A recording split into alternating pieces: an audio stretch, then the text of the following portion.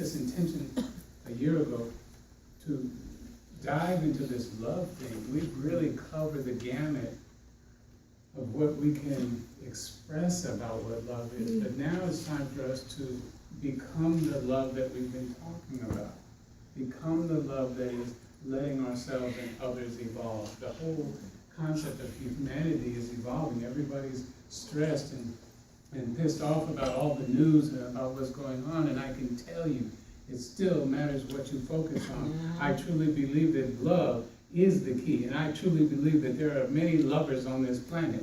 Light lovers, lovers of peace, lovers of fairness, lovers of balance, lovers of love, who are continually suffering through what they see, but still standing up to what they choose to be. And that is love itself. And so I know that there's a big tsunami of love that is absolutely permeating this planet, and each one of us is a part of that first wave as it moves forward. So don't get discouraged and don't get caught up in the gossip and the blah blah. Just know that love is all that there is, no matter what. Yes? Yes. Yes? Yes. I really feel great about this time of the year as a spiritual teacher because, yes, you know, it's about Black Friday, but every Friday is black to me. And I want to let you know that because of this idea of shopping and buying and stressing and credit cards just way past the max, let me get another one, max it out, because I want everybody to love it. I just want to, because I've been so bad all year long. They've treated me so, maybe if I buy them, get their love. Yep. Come on. And so this season is so perfect for inner introspection. This is the time to go within.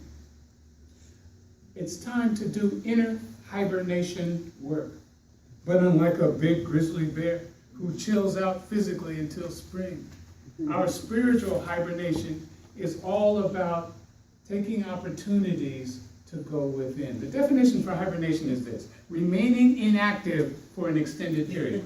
Remaining inactive for an extended period. The other definition is to withdraw, to back up, huh?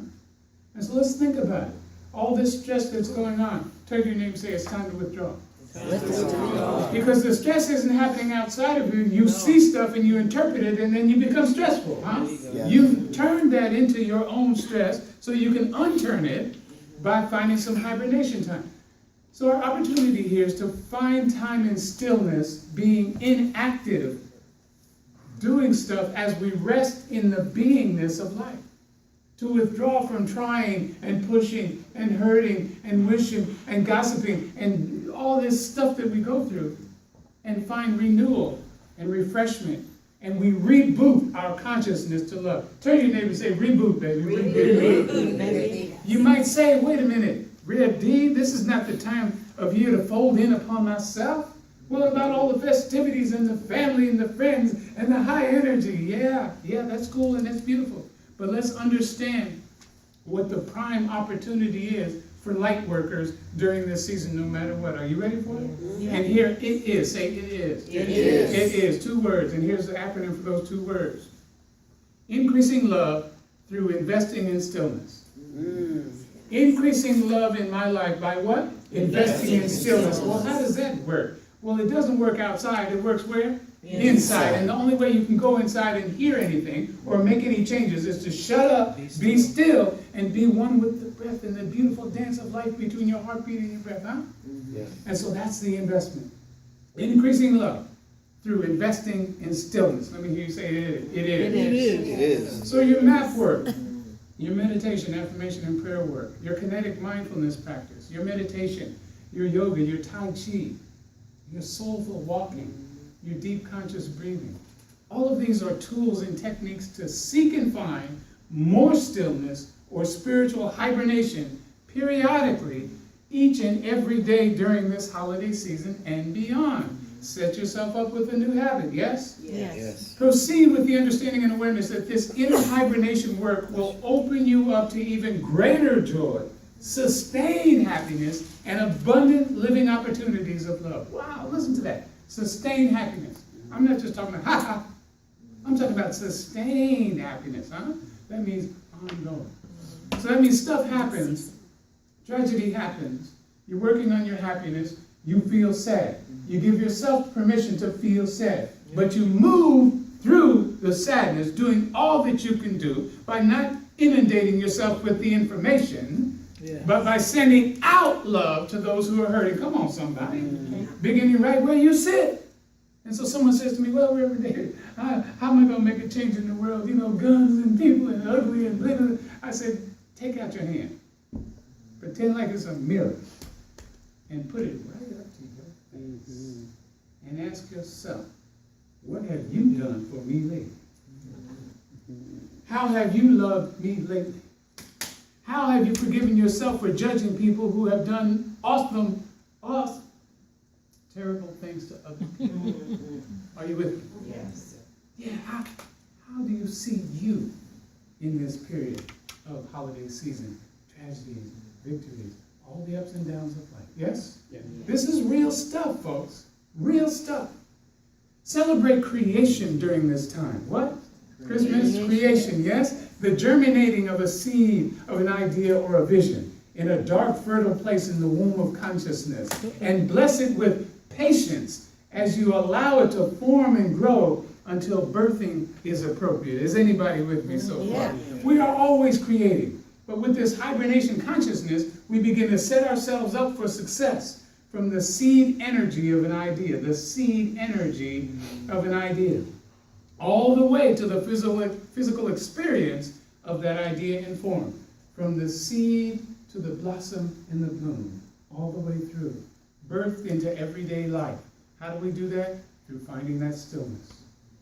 Our December theme is creating with conviction. Say it. Creating with conviction. And so with the understanding that we're always creating, the question could be, every day in your own life, and mine in my own life, what am I creating right now? What am I creating when I get upset? What am I creating when I point the finger? What am I creating when I give love? What am I creating when I love myself unconditionally to the point where I want to love others?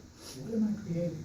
When your vision idea or your thought moves into gestation in the darkness of the void, the creative energy of Spirit of God puts life into it according to your belief, your true feelings, or your conviction about it. Say conviction. Conviction. That is defined as a firmly held belief or opinion. Your conviction is something that you firmly hold on to. Now, your conviction can be a negative conviction, or your conviction can be a life-giving and life-affirming conviction. The choice is up to you. Repeat after me. My conviction, is the fuel, for every successful conclusion. In other words, what I think about, I bring about. It's the same thing. This month we will be leading up to the new year by giving you every opportunity to create your own 2016 just the way you see it, feel it, deserve it, and allow it. Say that with me. See it, feel it, deserve it, and allow it. So for the weeks of December, those will be the topics. Today we'll be talking about seeing it. Next week it'll be feeling it. The week after that, deserving it. And the final week, allow it. That sequence of seeing, feeling, deserving, and allowing puts you in the mind frame of becoming a conscious creative. Say, I am a conscious creative. We're all creating, yeah? So why not move into the concept of absolutely calling yourself a conscious creator? Because once you do that, then you put yourself in a point of personal accountability and responsibility that when you make a decision that goes awry, you say, wait a minute, now I'm a conscious creative, so I absolutely put myself here.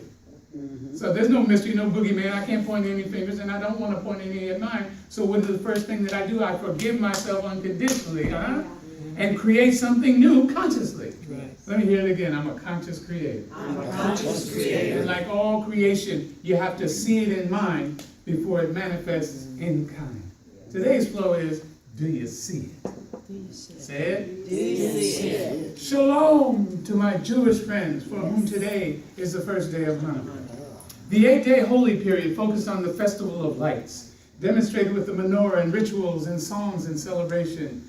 Based upon this idea in this story, that the folks only had like the light for one night, but the prayer work and the belief that they had, that light lasted for 8 days. Let me hear you say, there's always a miracle in my life. When I absolutely move from lack and limitation into what can be possible. So whatever you're going through this morning, how can you light that up with a Hanukkah consciousness. But the word Hanukkah also means dedication. My question for you this morning, beginning this week, what are you dedicated to? Where do you stand on your resolution or conclusion for 2015, the one you set in the beginning of the year? How close did you come? Be honest with yourself. Or how are you feeling about that commitment? Are you putting yourself down because you didn't make it? Are you feeling I'm not good enough? It was too high for me. Let me lower it down a little bit to where I live. Huh? See, whatever that is, you got to let all of that go and just say that you did the best that you could, and you can move into 2016 with a different firepower. Yeah? Yes. If it didn't work out the best for you, somewhere along the line, you simply lost sight of your greater good in vision form. That's it. Something happened. You sneezed and you lost traction. You might have switched focus to distracting energies that pulled you away from your prize. But like we said last week, simply forgive and begin to live again.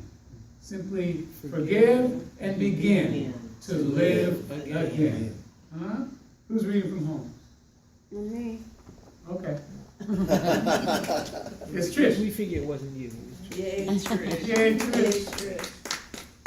Yeah, Dr. Ernest Holmes is going to talk to us a little bit about this. Forgive and begin to live